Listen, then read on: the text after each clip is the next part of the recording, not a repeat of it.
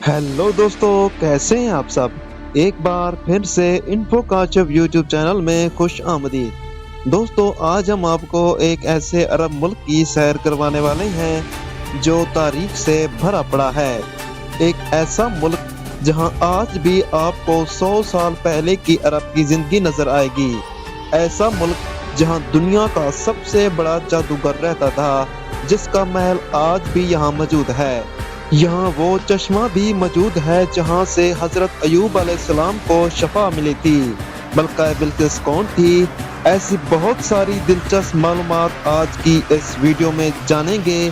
तो वीडियो का बाकायदा आगाज करने से पहले चैनल पर सभी नए आने वाले दोस्तों से गुजारिश है कि हमारे इन्फो काचव यूट्यूब चैनल को सब्सक्राइब जरूर कर लें और साथ ही घंटी के बेल को भी दबा दें। इस मुल्क का नाम है ओमान। ओमान एक खुद मुख्तार अरब मुल्क है जो जजीरा नुमा अरब के जनूब मशरकी सहल पर वाक़या है। इसका सरकारी नाम सल्तनत ओमान है। ओमान की सरहदें मगरब में सऊदी अरब, जनूब में यमन, शुमाल में खलीज ओमान और मशरक में बहर अरब से मिलती हैं। इसके अलावा ओमान के पास बहर हिंद में वाक़या मकरान सहल के साथ साथ कुछ छोटे जज़ायर भी हैं। ओमान का दारुल हुकूमत मस्कत है। सरकारी ज़बान अरबी। हुकूमत मदल के बादशाह मौजूदा सुल्तान हैसम बिन तारिक अल सईद हैं। ओमान की 2024 के मुताबिक कुल आबादी तकरीबन 5.3 मिलियन है। नस्ली ग्रोह ज़्यादातर अरब, लेकिन जनूबी एशियाई, भारतीय, पाकिस्तानी, बांग्लादेशी और अफ्रीकी तारिक वतन भी एक बड़ी तादाद में यहाँ मौजूद हैं। इस मुल्क की करेंसी ओमानी रियाल है। मजहब इस्लाम। अक्सरियत अबू ज़ैब इस्लाम की पैरवी करती है। ओमान का जोग्राफिया पहाड़ी, सहराई और सहली इलाकों पर मुश्तमिल है। ये मुल्क तेल और गैस के ज़खायर से माला माल है, जो इसकी मईशत का अहम सतून है। इसके अलावा सियाहत, माहीगीरी और ज़राअत भी यहाँ अहम हैं। ओमान की तारीख कदीम है और ये खिता कदीम तजारती रास्तों का अहम मरकज रहा है। ये मुल्क पुर्तगालियों, उस्मानियों और दीगर ताकतों के ज़ेर असर भी रहा है। 18वीं सदी में अल-बुसैदी खानदान ने इक़्तिदार संभाला, जो आज तक हुक्मरान है। ओमान की सकाफत अरब और इस्लामी रिवायात से गहरी तौर पर मुतासिर है। यहाँ के लोग अपने मेहमान नवाजी, रिवायती मौसीकी, रक़स और फ़नून लतीफ़ा के लिए मशहूर हैं।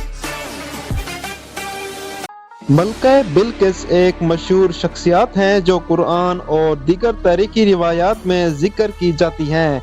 वो सबा की मलका थी जो कदीम यमन और ओमान की एक रियासत थी। कुरान में मलका बिल्किस का जिक्र सूरह अल-निमल में किया गया है। हजरत सुलेमान अलैहिस्सलाम से मुलाकात करती हैं। हजरत सुलेमान अलैहिस्सलाम ने इन्हें अपनी हिकमत, इल्म और ताकत के बारे में बताया और वो इनके पैगाम को कबूल करके ईमान ले आई। बिल्किस का ताल्लुक सबा के इलाके से था, जो कि अमूमन यमन और ओमान के दरमियान वाक़या था, और आज के ओमान के कुछ हिस्से इस इलाके के करीब समझे जा सकते हैं। सबा का इलाका कदीम ज़माने में एक तजारती और सकाफती मरकज़ था और मलका बिल्किस की हुक्मरानी में ये इलाका बड़ी अहमियत रखता था। ओमान में सामरी जादूगर एक मशहूर इस्लामी शख्सियत है जो कुरान की सूरह तहा में जिक्र की गई है। वो बनी इसराइल के साथ था और हजरत मूसा अलैहिस्सलाम के दौर में मौजूद था। सामरी एक जादूगर था जिसने हजरत मूसा अलैहिस्सलाम की अदम मौजूदगी में बनी इसराइल को गुमराह किया और इन्हें एक सुनहरी गाय का बछड़ा बनाकर पूजा करने पर उकसाया। कुरान में इसे सामरी के नाम से पढ़ा गया है और इसका किरदार इस बात की मिसाल के तौर पर आता है कि किसी तरह इंसान फरेब और जादू के जरिए लोगों को गुमराह कर सकता है।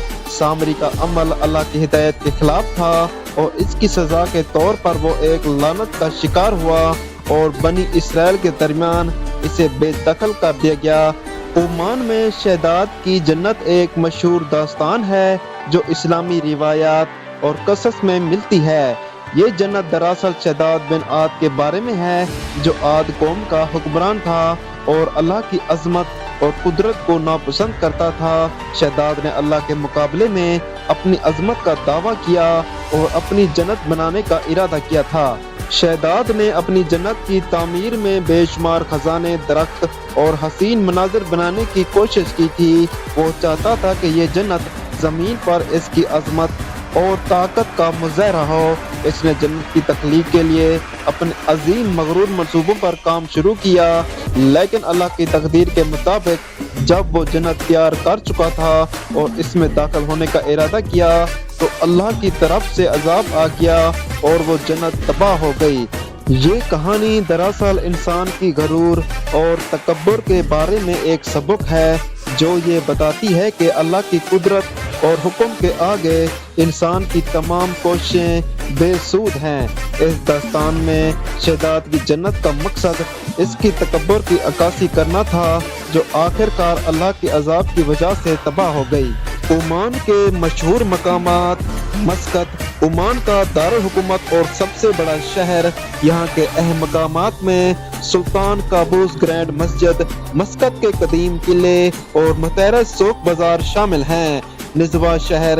یہ شہر اپنی تاریخی قلعے اور ہفتہ وار لائف سٹاک مارکیٹ کے لیے مشہور ہے۔ نزوا قلعہ عمان کی تاریخ کا ایک اہم حصہ ہے۔ جبل الخضر۔ یہ پہاڑی سلسلہ گرین ماؤنٹین کے نام سے جانا جاتا ہے اور یہاں خوبصورت وادیاں، باغات اور ٹریکنگ کے مواقع موجود ہیں۔ وادی بنی خالد۔ یہ ایک خوبصورت وادی ہے جہاں صاف پانی کے چشمے اور قدرتی جھیلیں ہیں۔ یہ جگہ گرمیوں میں ٹھنڈک اور آرام کا احساس دیتی ہے۔ سلالہ۔ یہ شہر عمان کے جنوب میں واقع ہے اور خریف کے موسم میں اس کی سبزہ زار اور آبشاریں دیکھنے کے قابل ہوتی ہیں۔ صحرائے ربیع الخالی۔ یہ دنیا کا سب سے بڑا ریت کا صحرا ہے اور عمان میں اس کا ایک حصہ واقع ہے۔ یہاں صحرائی سفر کا تجربہ کیا جا سکتا ہے۔ سور۔ یہ شہر اپنی روایتی کشتی سازی کے لیے مشہور ہے۔ یہاں آپ تاریخی کشتیوں کو بنتے ہوئے دیکھ سکتے ہیں۔ راس الجنس۔ یہ مقام سمندری کچھووں کے لیے مشہور ہے، جہاں آپ رات کے وقت کچھووں کو انڈے دیتے ہوئے دیکھ سکتے ہیں۔ عمان کی ثقافت بہت قدیم اور امیر ہے۔ یہاں کے لوگ مہمان نواز اور دوستانہ ہیں۔ روایتی کپڑوں جیسے مردوں کے لیے دشدادہ اور خواتین کے لیے عبایا عام ہے۔ عمانی کھانے جیسے مجبوس، چاول اور گوشت کا پکوان اور حلوہ میٹھا بہت مشہور ہے۔ عمان کا موسم گرم ہے، اس لیے سردیوں کے مہینے نومبر سے مارچ سفر کے لیے بہترین ہیں۔ عمان میں ٹرانسپورٹ کا نظام اچھا ہے اور کرایہ پر گاڑی لینا ایک بہترین آپشن ہے۔ عمان میں اسلامی روایات کا احترام کیا جاتا ہے، اس لیے سیاحوں کو مقامی ثقافت اور لباس کے حوالے سے حساس رہنا چاہیے۔ عمان میں عمانی لڑکیاں اپنی ثقافتی روایات اور عادات کا احترام کرتی ہیں۔ یہاں کے خاندانوں میں لڑکیوں کی تربیت میں اخلاقی اصولوں، مذہب، سلوک اور احترام کا خاص خیال رکھا جاتا ہے۔ حالیہ دہائیوں میں عمان میں لڑکیوں کی تعلیم پر بہت زور دیا گیا ہے۔ عمانی لڑکیاں اب تعلیم میں بھی مردوں کے برابر ہیں اور دنیا بھر میں مختلف شعبوں میں کامیاب ہو رہی ہیں۔ انہیں اسکولوں اور یونیورسٹیوں میں اعلیٰ تعلیم حاصل کرنے کے مواقع ملتے ہیں۔ عمانی لڑکیاں اپنے خاندانوں کے ساتھ گہرا تعلق رکھتی ہیں اور عموماً اپنے والدین اور بھائیوں کی عزت کرتی ہیں۔ یہ خاندان کے ساتھ وقت گزارنا اور ان کی مدد کرنا اہم سمجھا جاتا ہے۔ عمان میں لڑکیاں عموماً روایتی لباس پہنتی ہیں، جیسے کہ عبایا خواتین کا لمبا سیاہ لباس اور نقاب چہرہ ڈھانپنے کا کپڑا بھی پہنا جاتا ہے، جو عموماً ثقافتی اور مذہبی وجوہات کی بنا پر ہوتا ہے۔ تاہم بہت سی عمانی لڑکیاں جدید لباس بھی پہنتی ہیں جب وہ عوامی جگہوں پر نہیں ہوتی۔ عمان ایک مسلم ملک ہے اور زیادہ تر عمانی لڑکیاں اسلام کی تعلیمات پر عمل کرتی ہیں۔ نماز، روزہ اور دیگر مذہبی رسومات کو بہت اہمیت دی جاتی ہے، جو ان کی روحانیت اور زندگی کے اصولوں کا حصہ ہیں۔ اگرچہ عمان میں روایتی اقتدار اہم ہے، لیکن عمانی لڑکیاں بڑھتی ہوئی خود مختاری کا سامنا کر رہی ہیں۔ وہ مختلف شعبوں میں کام کر رہی ہیں، جیسے تعلیم، طب، میڈیا اور حکومت۔ انہیں سماجی تبدیلیوں میں اہم کردار ادا کرنے کے مواقع مل رہی ہیں۔ عمانی لڑکیاں عموماً بہت مہمان نواز اور محبت بھری ہوتی ہیں۔ وہ اپنے خاندان اور دوستوں کے ساتھ بہت قریب ہوتی ہیں اور ان کے ساتھ وقت گزارنا پسند کرتی ہیں۔ मजमूई तौर पर ओमानी लड़कियां अपनी रिवायात को अहमियत देती हैं, लेकिन वो जदीद दुनिया के चैलेंज का सामना करने के लिए तैयार हैं और अपने हकूक और मौके के बारे में आगाह भी हैं। ओमान का वीज़ा हासिल करना बहुत आसान है। ओमान का वीज़ा मुख्तलिफ मकासद के लिए हासिल किया जा सकता है, जैसे सियाहत, कारोबार, तालीम या काम करने के लिए। ओमान का वीज़ा हासिल करने के तरीके कार। सियाहती वीज़ा। ओमान का सियाहती वीज़ा उमूमन 10, 30 या 90 दिन के लिए जारी किया जाता है और इसे ऑनलाइन ई वीज़ा या ओमान के करीबी सफारत खानों या कौंसलेट से हासिल किया जा सकता है। ई वीज़ा ऑनलाइन दरख्वास्त के जरिए हासिल किया जा सकता है। ई वीज़ा सियाहती वेबसाइट पर दरख्वास्त देनी होगी, जहां आपको ज़ाती मालूमात, सफरी तफसीलात और पासपोर्ट की कॉपी फराहम करनी होगी। दरख्वास्त की फीस। इसकी फीस मुल्क के लिहाज से मुख्तलिफ हो सकती है, अमूमन 20 से 50 अमेरिकी डॉलर के दरमियान होती है। अगर आप ओमान में काम करने के लिए जाना चाहते हैं तो आपको काम का वीज़ा हासिल करना होगा। इसके लिए आपको पहले एक मकामी कंपनी से जॉब ऑफर हासिल करनी होगी, जो आपके वीज़े की दरख्वास्त के लिए स्पॉन्सर बनेगी। स्पॉन्सरशिप काम का वीज़ा सिर्फ इस सूरत में मुमकिन है जब ओमान की कोई कंपनी आपकी खिदमत हासिल करे और आपको स्पॉन्सर करे।